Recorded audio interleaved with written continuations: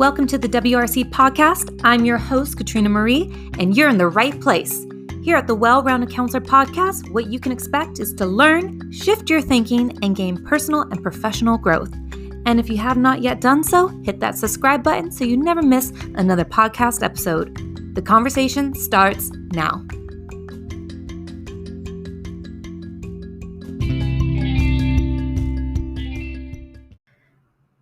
Welcome, everybody, to the Well-Rounded Counselor podcast. Today, we are honored to have Mahira Zakiuddin as our guest. Mahira currently serves as the Director of Counseling for a private school in Dubai. With an academic background that includes an MBA in finance and a master's in social work, Mahira has been immersed in the field of educational mental health since 2007, spanning across the USA, Pakistan, and the UAE. As a licensed social worker, Mahira brings a wealth of expertise to her role. A dedicated mother herself, Mahira intimately understands the challenges of raising children in the 21st century. Her fascination with the human mind and behavior, particularly in how trauma impacts the brain, has been a driving force in her career. Mahira is deeply committed to advocating for mental health awareness and support. Her passion lies in working with young people where she feels privileged to listen to their stories and understand the complexities of their hearts and minds. Join us as we delve into Mahira's insights, exploring the importance of holistic well-being and the vital role of mental health advocacy in today's society. Welcome, Mahira, to the Well-Rounded Counselor podcast. I'm so thrilled to have you here today. Thank you so much for having me, Katrina. I'm also excited to be here. Well, tell us a little bit about your background, your journey. I know I kind of gave a little teaser to everybody, but can you just kind of express how maybe you kind of fell into your current role as a director of counseling? Sure. So you've already touched upon the fact that I completed a master's in social work from the US. And straight after that, I got married and I had a child. I was with child and we relocated to Dubai. And I was actually working in early years because I've always had my hand in education and early years mental health. And while I was doing that, I realized the importance of social emotional learning and development for young children, as young as even babies. I worked with a nursery provider here and we developed an entire curriculum at PSEED. It was a British curriculum, so it had personal social and emotional development as a really important skill set that young children can learn. And just the realization and the importance of early intervention. And given that background, an opportunity showed up in one of the schools in Dubai, and I just took it. And I haven't looked back since then. Well, that's amazing. I definitely see what you mean about the correlation of even working with like young people down to like infant babies, toddlers, because that's such a formative time in their lives to develop beliefs around themselves, how they view themselves in the world. Can you tell us a little bit more about that? Well, yeah, it's just really important and fascinating to watch the impact that our approach as parents or educators has on little minds. So I'm sure you're familiar with this already, but they say that if you want a child to read, you need to start reading to them 6 months prior to the practice of them learning how to read or to communicate. And the same goes with social emotional learning. And the importance of making sure that you're introducing them to these concepts age appropriate early on so that they are able to internalize and really create that sense of self-awareness. How do I engage with other people? How do I engage with my community? And if you're not intentional and thoughtful about it at a younger age and how we are attending to these needs, we don't really develop that muscle. So it's not very intuitive. It isn't something that is natural. It's something that is built. So it's really important to have that in our education frameworks and our parenting practices. Absolutely. Now let's switch gears a little bit. I know you kind of have some background in the workplace culture and leadership. And with all of the mental health advocacy that's been happening, especially here in the UAE and probably in other parts of the world, maybe like 4-day work weeks, things like that, what steps do you think organizations can foster to culture, bravery and more of a holistic and wellness sense and remove the fear out of their workplace, because I know a lot of people feel afraid with lots of changes happening in the world, the economy, circumstances, family. There's always something that's causing people to feel overwhelmed at work. So what steps can organizations take to foster this?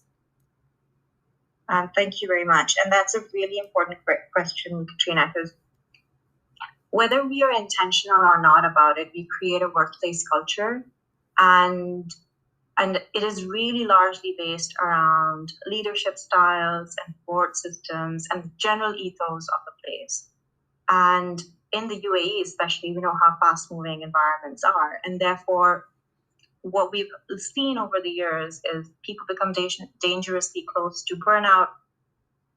So, because we reward the fast-paced environment, there is not enough thought being put in taking a moment or trying to be very intentional and thoughtful about our policies. So, therefore, the same goes with leadership practices. Is that if we are fast, and I often quote Brene Brown for this: if we do something that is fast, if it's convenient and it's cheap, we're gonna stick to it, and we're going to try and use that in an environment. But it comes at a cost. Mm-hmm. It comes at a cost of intentionality. It comes at a cost of being thoughtful and being brave. Because when we are quick, when we are fast, we are not being brave. Courage is part of our brain that has courage in it is higher order functioning. It's not part of the reptilian part of our brain. But when we're a fast-paced environment, we're not encouraged to do that. So it's really important for organizations to have a look at their culture and to have a think about, am I fostering courage, or am I fostering just putting your head down and getting on with it kind of culture, which is common. So true. I mean, there's been jobs over probably most people's lives where they felt like their voice was not valuable in the workplace, and they just kind of put their head down, they did their work, they showed up every day, and that just made them probably feel not very good deep down, and burnt out and resentful. So it's important, as you said, to take a look at this. And in your experience, what are some effective strategies for aligning leadership values with the well-being of employees? So it's really important, and I'm glad that you talked about voice, because it's really important that we do look at employee voice and have avenues and opportunities for staff to be able to do that. A lot of companies now, when they're realizing well-being, they're looking at voice simultaneously, and they are doing things like town halls in which they propose questions or they put topics out for staff to come forward and talk about, so that people feel that they're being seen and heard. It really needs to be grassroots, because what often happens is that there's a problem that's identified and we try to fix it from a very top-down approach. And again, it just continues to create a culture of not having a voice. Not vulnerability isn't an option for people, but when we have open spaces and when we provide the opportunity for employees to have a voice, then we start slowly changing that culture. So I'm a huge advocate for town halls. I think if anybody wants to start from anywhere, that's one place to start. Wow, I agree with you. It starts from I guess, I don't want to say from the bottom, but like from the people that are actually on the ground, experiencing the effects or the domino effect of the leadership decisions and policies and procedures. So how can organizations ensure that diversity, mental health policies, they're not just written documents, but actually integrated into daily practices? When we start listening to people and really creating a space for their voice, then is an opportunity to collectively perhaps put it down in the form of a policy or a framework. And it's going to be then reflective of actually what the staff needs versus what is assumed to be needed. So oftentimes policies are written in boardrooms, or they're written in by leaders who may not have the pulse of what's happening on the ground. And if you have a more diverse committee or consolidation of people that strikes across the hierarchy and from different areas of your business or your workplace, you are more likely going to produce a piece of document that is going to be living, breathing and living in the environment versus just sitting on people's desks. And I'll give you an example. We did that within our school systems. We actually designed a mental health and well-being policy, and we looked at it. And I'm the director, but I didn't write it. We wrote it together as a team. People brought in what they thought was important. And then it was really, you could feel the passion in the space because people were talking about things that were important to them. And the one thing that I would also want to mention is that when you talk about mental health, you cannot separate diversity. Like, you have to talk about diversity and mental health, especially in a multicultural environment like Dubai, because how we perceive mental health in one part of the world is very different than how we perceive in other parts of the world. And therefore, there needs to be a universal language, a shared understanding, and conversations about it before writing it out. Oh, 100%. It's such a unique place, especially when you're outside of your home country and in a city, a cosmopolitan city such as Dubai, or, parts of, the world that have such a diverse demographic. You have to include diversity, as you said, because that's when you bring everybody's voice to the table. Everyone brings different perspectives, religious, socioeconomic, worldviews, political, everything is, as you said, the way that they were brought up, it gets brought into their adult life and into the workforce. So it's kind of like you said from the beginning of our conversation, it's just, the mental health starts at a young age, and then whatever beliefs we adopt at that very defining time in our life, we carry it through, and then it comes up, and then here we are, we get to have a piece at the table, a voice at the table, and share collectively. And that way, you said, everybody feels included. And it's so important, because if one person doesn't feel included, then the whole thing just unravels, and we know that that's not a good thing to have here in Dubai, because the work environments here, I feel they require everybody to feel respected and tolerated. That's kind of the ethos of the country. And so that trickles down into organizations and leadership and thought processes and everything that I think we can kind of experience here specifically. So let's talk 100%. Let's talk a little bit about maybe some examples of successful implementation of mental health policies that you guys have done in the workplace. So you mentioned that you guys have town halls and everybody's voice is heard, but then what happens after that? So obviously we're an education company, and so recently our the education provider I work with has given well-being and mental health a real importance, as it is true for like any part of the world. And as part of our process, we have tried to, within our group of schools, we have tried to ensure that the policy that is being designed is such that is reflective of practice. It is something that is happening.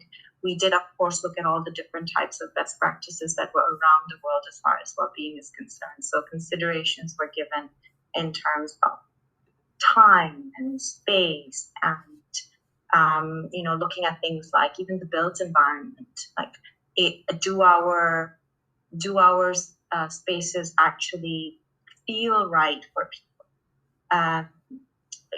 Are we allowing for proper breaks and times that are needed for our staff? If a person is in a position, and another Brené Brown quote that I'm going to give is, clear is kind. Oftentimes, policies are vague, ambiguous, subject to interpretations. And while there is value in that, the more clear you can be about what is the rules in your organization, the more at peace the staff is going to feel. And that was the intention. We wanted to make sure it was clear, it was consistent, and the gaps. So another thing is aspirational. Some policies are written in mind with the fact that we aspire to get something, while the ground realities are really different. And which is fine. It's good to have a goal, but it's also important to be real. So while we wrote the policy, we also wrote variations, and we said, this is where we are at right now, and this is where we're going to get to. Being transparent. This is our goal. We know that this is not where we are at. And that, I think people appreciate that. People appreciate honesty. People are tired of fluff. They don't want to hear fluff. They want to hear what is real. And I know these are simple things, but they really make a difference in the workplace culture. Oh, 100%. Also, the leaders who are writing, who were leading the policy or spearheading it, it's okay for them to turn around and say, I don't have all the answers. I don't know the answer. Help me get to those answers. And I think sometimes we're so busy trying to be right all the time that we don't get it right.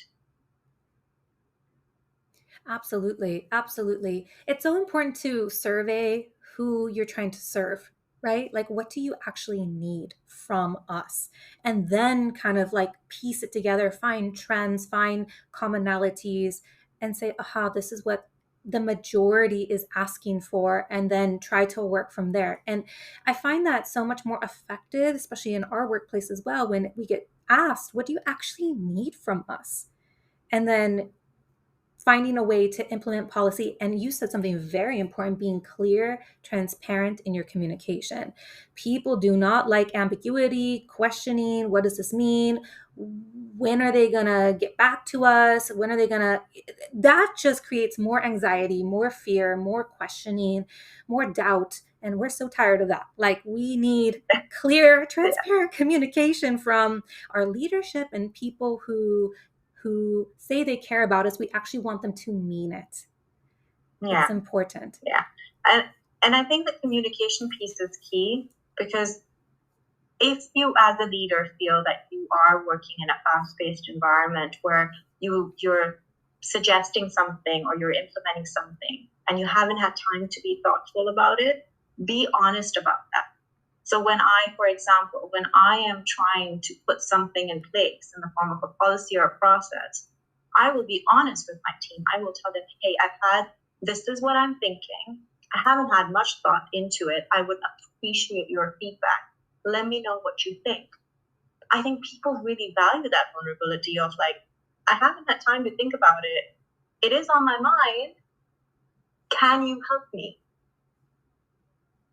Absolutely. Absolutely. And you said one other great thing briefly. You mentioned about the work environment and how that can nurture someone's well-being and, the aesthetics, the room setups, all of that. I also agree with you. If anybody out there is dealing with undesirable environments, physical environments that don't suit you, speak up about that, because that can impact your day-to-day work, your mood, your attitude towards going to work, all of the above. So you said something very key, so thank you for bringing that up as well.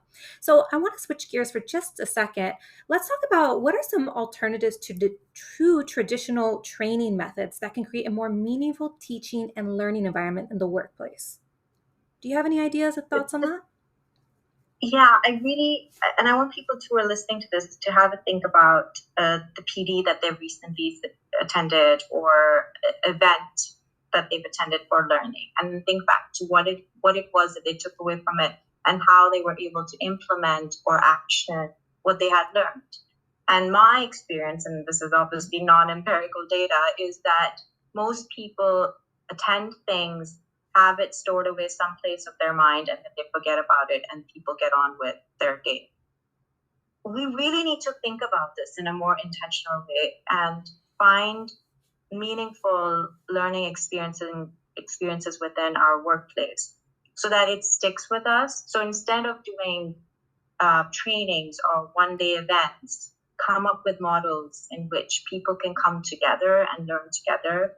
You could do professional learning committees, we call them PLCs, in which you identify something you're passionate about.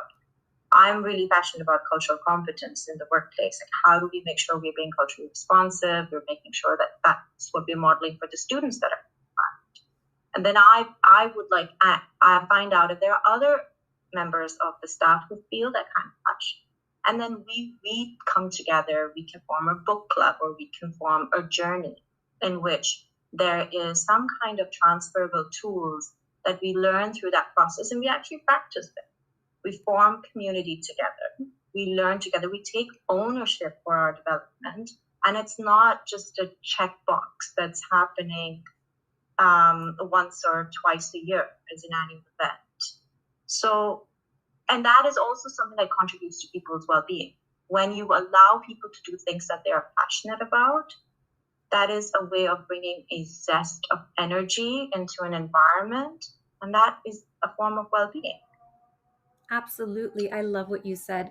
Sometimes, when your colleagues are training you because they are passionate, and that, sometimes it's not always about the topic, it's the delivery. If you're connecting with the speaker, the engagement, the vibe, the energy, sometimes that is the big takeaway.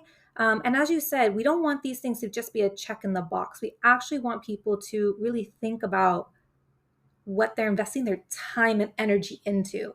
Because at the end of the day, everybody complains that they don't have enough time, they don't have enough of this, enough of resources, this, that, whatever. And again, stop playing that story. You need to be intentional, as what Mahira said. It's super important. So, one last question I have for you.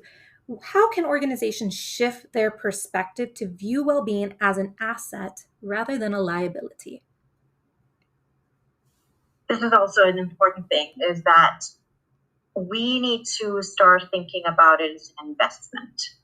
And I'm going to quote some figures to you, is that I think it was PwC that's published that we lose every year 12 billion productive days are lost due to depression and anxiety, costing the global economy $1 trillion US. And in the GCC, which is our region, this is about 3.5 billion US dollars annually. What we don't realize is that the lack or not giving attention to well-being is costing us. We might not put it down as a cost, but it is. Manpower, attrition, even relationships within the work environment, not getting us to our goals. However, the same company, PwC, did a study in which they found was that if you put in $1 in treatment or well-being, there is a $4 return in improved health and productivity. So what we need to do is that instead of looking at it as an expensed out item, we need to move it on our balance sheets to actually an asset or investment. That if I don't allocate this amount and set it aside for my staff or my employees, it's going to come back as it's going to hit my bottom line, basically. I love that you shared that important statistic with all of us because it really hits home. I'm a proponent of, I don't know if you saw my recent LinkedIn post, but I'm a proponent of the counselor or the educator putting themselves first. And what I mean by that is their well-being. Because if you don't invest in your well-being, then you're going to build resentment. You're going to build burnout. You're going to, not enjoy going to work for whatever factors that are affecting you on a daily basis. And again, it kind of leads to what you just said, all those statistics. It ends up being kind of like a bottomless pit of wasted funds, and the money's not being allocated in the right places to support people and their well-being. And so I really love what you said, and I really believe in everything you're sharing with us today. So thank you so much for sharing your insights, your wisdom.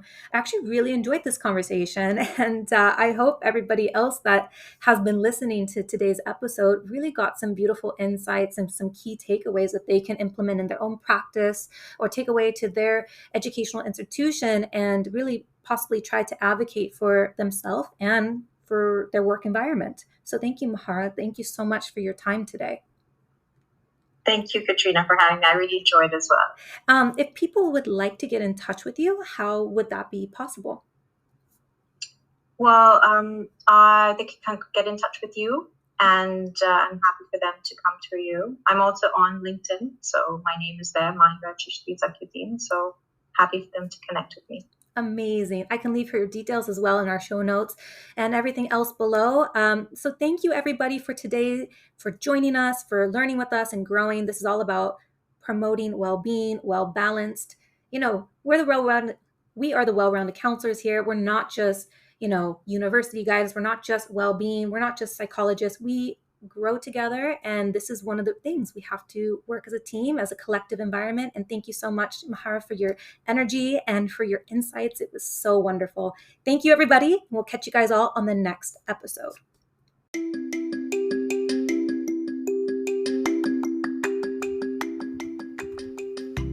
Did you love the episode?